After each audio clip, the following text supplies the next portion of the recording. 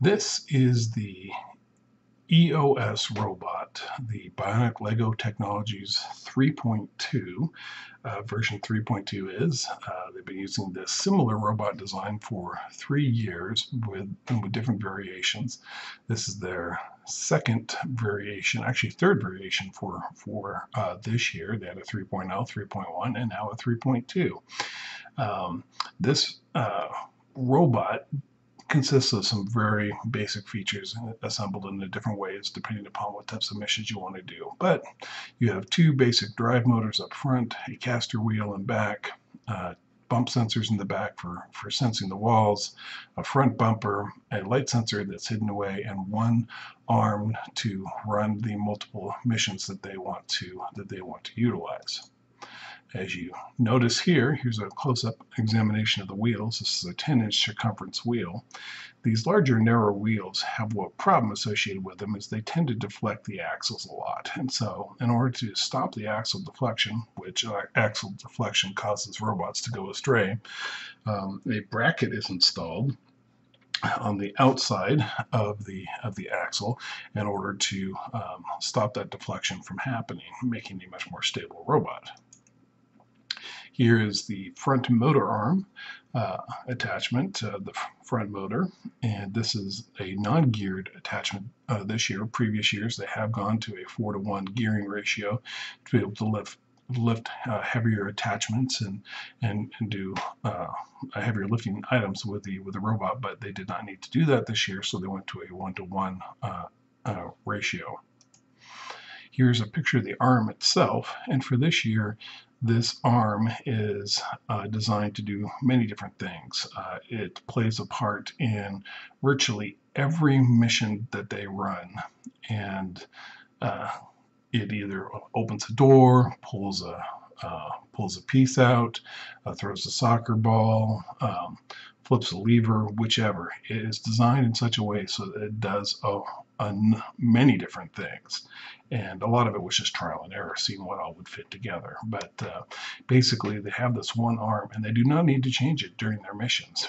Changing it during the robot game actually takes a lot of time, and that's less time you have for doing items with the robot to score points. So they keep it with this one very simple, one very, well, actually complex arm. Here's a view of the back bumper, and this is a very common EOS item that they've used. All the BLTs have had something very similar. The double touch sensors in the back, and they run a program that tests both touch sensors at the same time, and if one of them gets bumped, then the robot spins its wheels backwards for a certain period of time, about a quarter second, to help straighten the robot up against the wall. Here is a picture of the front end of the robot with the arm in the up position. This year, the girls put a bumper on the front end, and they got this idea from one of the other teams, Infinity Bricks, who also had a front bumper that they used to straighten the robot out.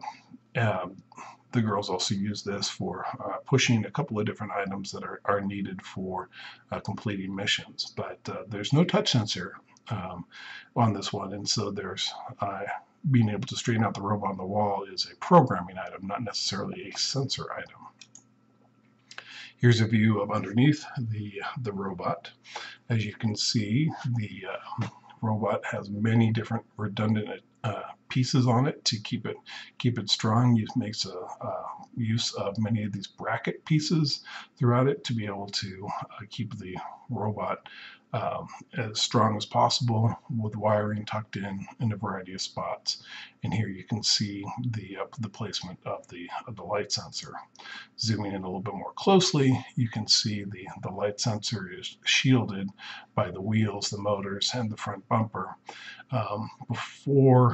Last year, the girls did have a shielding all around the light sensor, but this year they found that the light sensor did not need as much shielding, since they're looking for colors more times than not. And so the shielding to prevent interference by other light sources isn't as important. So here's a view from the top. As you can see, the arm extends just beyond the back of the robot. Now this would be a problem if the robot was in base with the arm up for starting the mission, but all the missions start with the arm in the down position, so that it can be able to keep itself entirely in base. At the qualifier, the girls discovered that the arm was actually too tall, and so they had to shorten it up a little bit in order to keep the robot within inside the allowable parameters. Here's another view of the top with the arm down. A very important part of the robot is being able to access and view the screen easily. Here the screen is pretty much unobstructed. Got to fix that one wire. But the girls have full access to all the buttons to be able to run their missions successfully. So here's coming back to the starting point, starting picture here again, just in summary, the components of a good robot. Good stable wheel system, so wheels don't wiggle and wobble. A single point caster wheel is very good for making turns. Single arm attachment as much as possible. A touch sensor for the back, light sensor in there as well to be able to find lines, and you know, whether or not you have a front bumper or not, it really kind of depends upon the needs of the mission. So this is a very basic robot. It's very simple and sleek, but it has served us well over the course of years.